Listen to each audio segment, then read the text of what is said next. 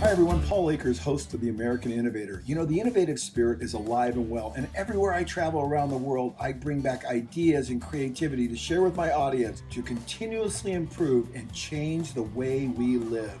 Welcome to the American Innovator. Hi everyone, and welcome back to the American Innovator. This week we're going to be talking healthcare with Judy Worth and Tom Shuker. They wrote a book called Perfecting Patient's Journey. And Judy, why don't you just give me a little intro to the book and your background and Tom's background so we can just get the listeners up to speed. Our company is named Lean Transformations Group. We have developed a book called, as you said, Perfecting Patient Journeys, which grew out of an experience we had with the Michigan Hospital Association, 65 emergency departments in the state of Michigan who were involved in a learning collaborative to reduce patient length of stay in the emergency department. All of the authors were involved in that learning collaborative as facilitators and as authors as well. Wow, that's interesting. And so what was the main tool that you used to change or transform or improve the patient's journey in the emergency rooms? Because that seems like the main core of your study and your emphasis. Is that correct? We have been doing things in administrative areas and for quite a while now in Lean, and we used a methodology we created there to move over into healthcare, and that was a methodology of value stream mapping. The healthcare system is rife with problems, and in order to fix problems, one needs to be able to see them first and to be able to understand them. And in administrative systems as well as in healthcare systems, it's pretty hard to see the problems. And this methodology of getting the people that work in the process engaged in creating a map of that process and being able to reiterate all the workarounds and things they do to get the job done every day starts to allow them to now be exposed and see the problems. And so what you're saying, Tom, is value stream mapping allows the workers, the people providing the care, to be able to see the problem more clearly, where before it just was difficult to distinguish where the problem really was. Is that what you're saying? Yeah, it was a typical firefight every day, and you dealt with something, and you had to get the work out, and you just did something that probably never really solved the problem, but you got through the day. And what we tried to convey is a way to solve the problem so that they stay solved. Judy? Judy, go ahead. I'm going to jump in on this as well because we started with mapping, and from mapping we went to something that's really an expansion on that we call value stream improvement methodology. Because there are a lot of folks out there who are doing value stream mapping, and you can bring in an expert to come in and talk to you and draw your maps for you. But what Tom is talking about is really a group problem-solving approach where people start with mapping, and not just a current state map, because a lot of folks do current state maps, but it involves a future state map and a plan for how you're going to start to implement that future state. And from there, we move to focus on running rapid learning experiments and setting up formal and informal checks and reviews, and a lot of focus on how you socialize the information that people, the recommendations, the suggestions, and so forth, and how you share that information and gain acceptance. So it's really gone way, way beyond the mapping that we started. So the question is, what does that look like? Give me an example of what your form or your methodology of value stream mapping looks like in a hospital situation. What was the issue, and then what was the conclusion? Well, one of the issues obviously is getting a patient into a room from the time they arrive and having that first assessment and being seen by a doctor. And there's a lot of wasted effort and time that we found in a lot of those hospitals that we dealt with that caused that. And through them now starting to look at that and actually measure it. Everybody knew it was long, but now they're actually measuring it. And now they're astounded. Right? They are. And yeah.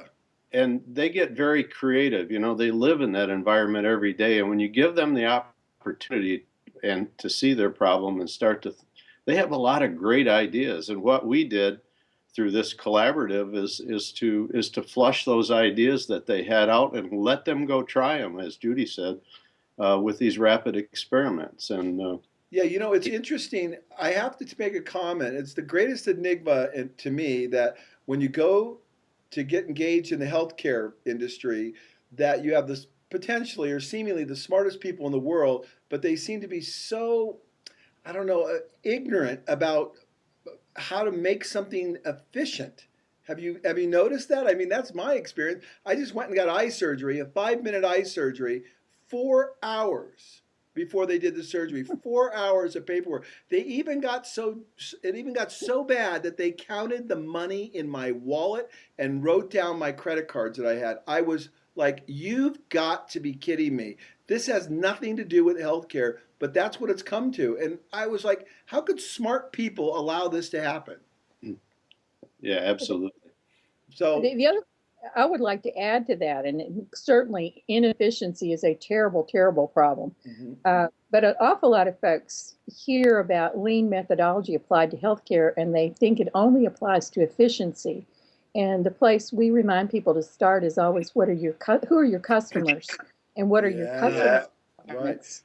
And Judy, I got to say, that's why I like your book, is because it's focused on the patient, the customer. It's not about how the hospital makes more profit and how healthcare survives, even though we want it to survive. But it's really about the patient, because if you put the patient first, everything else is going to take care of itself.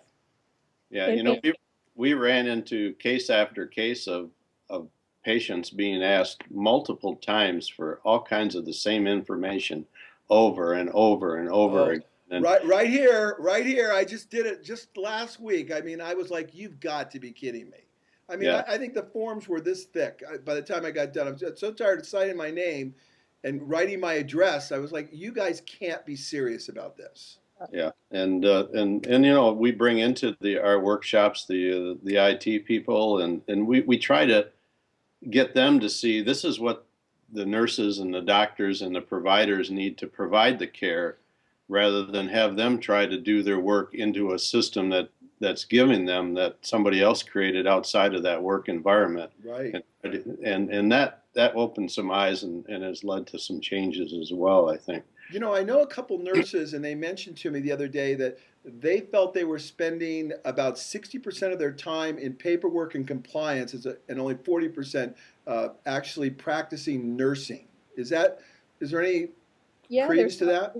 Hard, not quite 60, but there's studies both. If you look in the National Institutes of Health, there's a study that's cited from last year that says 30% of doctors and nurses' time is spent in non-value-added activities. And in Canada, they did a study some time ago, 33% of their time is either looking for things or waiting for things. Right. And, it's hard to provide good care, and it's hard to have good job satisfaction when you're having to deal, 1/3 of your time is spent with absolutely frustrating non-value-added activity. Are the workers generally very receptive when you come in there and start working with these emergency rooms to reduce patient wait time? Are they receptive to what you're saying? Or are they saying, oh, here comes the flavor of the month. Here comes just another thing that they're going to try and then they're going to abandon? I think they go in there a little hesitant at first because they've been involved in these things. But, and we were somewhat concerned in the beginning that, because we try to get multiple departments in that this value stream covers. We'd get somebody from radiology and somebody from the lab, et cetera, particularly in dealing with the ER, because they work back and forth with those tests and reports they need to do the assessment. And we were very much afraid that it would be a finger pointing situation.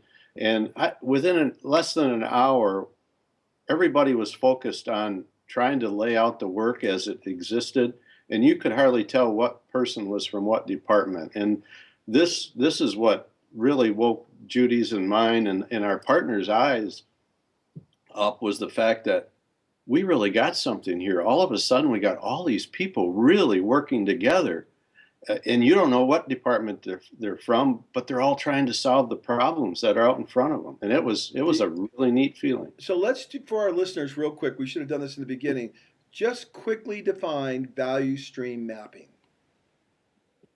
Value stream mapping is a tool that helps you represent what's going on in I don't want to just say process, but essentially a group of processes from the beginning of that process, whatever triggers it to begin, like a patient walking into the emergency room, till the end of the process, in this case, when the patient leaves the hospital or is admitted to the hospital. And it's a little bit different from traditional process maps in that it doesn't go down into the level of detail of every single process box and every single choice.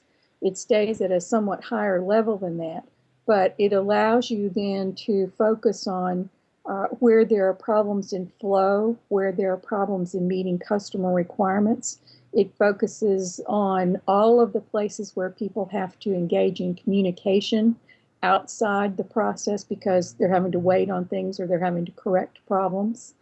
And so it gives you a different picture of how a value stream or large level process is working than you get in a typical process map. Is it fair to summarize by saying this, that a guy breaks his arm, right, walks into the emergency room, what he wants, the value that he wants is to have the arm set so that he can leave and it can go back and heal. And all the other associated activities other than having the arm set are by and large measure non-value added activities, or is that oversimplifying it too much? It may be slightly oversimplified because there are some things that support getting that arm set that are he doesn't really care about, but somebody's got to do to prepare it to be able to set the arm. Okay. So you got to take that with a little bit of a grain of salt. So for what examples? Let's talk about that example because I love examples. Let's talk about some of the necessary value-added activities in getting an arm set in an ER room. Well, we would call some of those things incidental work. Okay. So that if you're going into a treatment, if I'm going into a treatment area, if I've got a break in my skin or something where they're going to set my arm, I want to know that somebody, for example, has cleaned that room and set the tools up so that I'm not going to get an infection through the process of getting treatment there. So even though those things aren't directly related to get my arm set, they're really crucial to me that they be done. Even though they're not directly adding value, they're creating problems down the road. Okay, so let me ask you this. So we've got to get the room prepared and it has to be sterilized, but it's the way in which we prepare the room that needs to be efficient, and also all the waste needs to be removed from it so we can get the patient to that room as quickly as possible. And in a value stream map, we're looking at all the associated activities involved with getting that room prepared, and we're asking ourselves, where is the value and where isn't the value? What's important here and what can be streamlined so that we can get the patient in and out more quickly? Am I getting it, or have I got it wrong? You're getting it. Okay. Yeah, you're getting it. One thing, Paul, that, I initially talked about value stream mapping. Judy went on to tell you it's more than that. It's a value stream improvement project. And we talked a lot about engaging all these folks that do the work in helping the problem solving. But I think one more thing that we had to create, and it turned out fantastic with the book, was you can't get 65 hospitals worth of people all in a room or a couple rooms all at the same time. And we had to create a mechanism to allow all these hospitals to continue to see their problems, socialize them within the folks that work in the hospital with them, and then fix those problems. And that's what came out of this book, this collaborative. We set up the state and we divided it into 7 zones, and we had about 10 hospitals in each zone, and they had 3 people, approximately 2 to 3 from each hospital, and we'd meet once a month. And we would give them, the book shows it as well, that we would get them to bring in and do all this work around the value stream and the problems. But then we weren't done there. We said, okay, before you come back and we start figuring out how to fix these problems, you've got to take it back with this homework assignment and make sure that what you're seeing is the same thing all the workers that you work with every day see as well. And they would bring that new revised version back the following month. And then we shared it. All the hospitals that were in that particular section, we went through kind of like a speed dating where everyone would learn how each is solving their own problems. as well as being able to get input from each other on the problem they brought to the table. It's interesting that you would say that, because one of the most valuable things we do at my company, FastCap, is we give tours of our company. And it's that collaboration with other companies. When we go back and forth between each company, we learn from one another. And basically, that's what you're saying you're doing. Absolutely. Correct. And go ahead. I'm sorry. Go ahead. I was just going to say, one of the things that they learn is that even though they can't necessarily take an idea from somebody else's hospital and implement it exactly the same way, they still get new ideas. Mm-hmm. So I'll take you back to an example. We call that lateral thinking. You're right. From a value standpoint, patients want to get back to see the doctor as quickly as possible, and they don't want to have to repeat the same information over and over again. So within this group of hospitals, we had in the triage section up front, we had people that tried a number of different experiments, anything from getting the doctor out front to having a registration person and a triage nurse located in the same place doing their work simultaneously, so you don't have to keep repeating the same things. Right. We had something called a mini triage, where you basically answer 4 or 5 questions. You go immediately to the back, and the registration person has a computer. They call it a cow, a computer on wheels. Yeah. And they bring the registration computer back to the back. Right. I've seen by those, the but just from the humorous side, I've got to tell you, I think doctors and healthcare professionals have a predilection towards asking your address and name multiple times. That's my own opinion. Yeah. Another creative idea, Paul, that came out too is, a lot of it is how many beds do we have if we get a rush of people coming into an emergency room? You only got so many rooms depending on the hospital, and some of them got so innovative. You ask the question, who really needs a bed? A lot of the treated people don't need beds. So there were some hospitals that basically had people sitting in chairs and being treated for things so they didn't fill the beds up when somebody really critical came in. Hallelujah. Wow.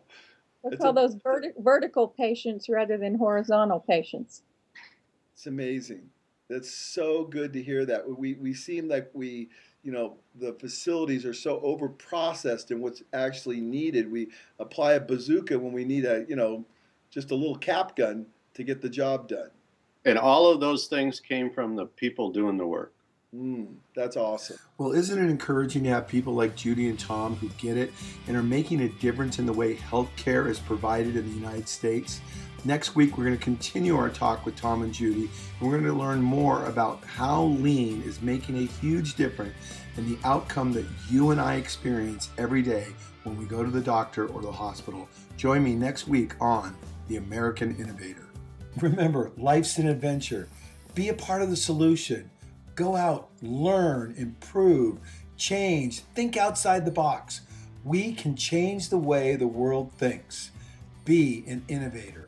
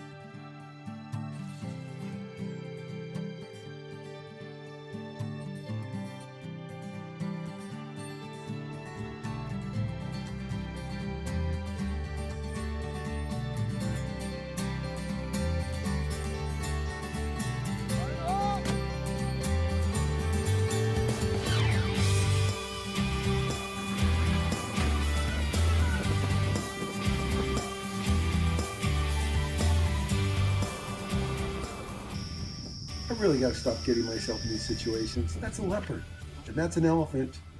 Yes, and this is a cheetah. Like, oh, I saw Here, that. kitty, kitty, kitty, Oh, kitty, how kitty. cute. He wants to play. Uh-oh. Got it.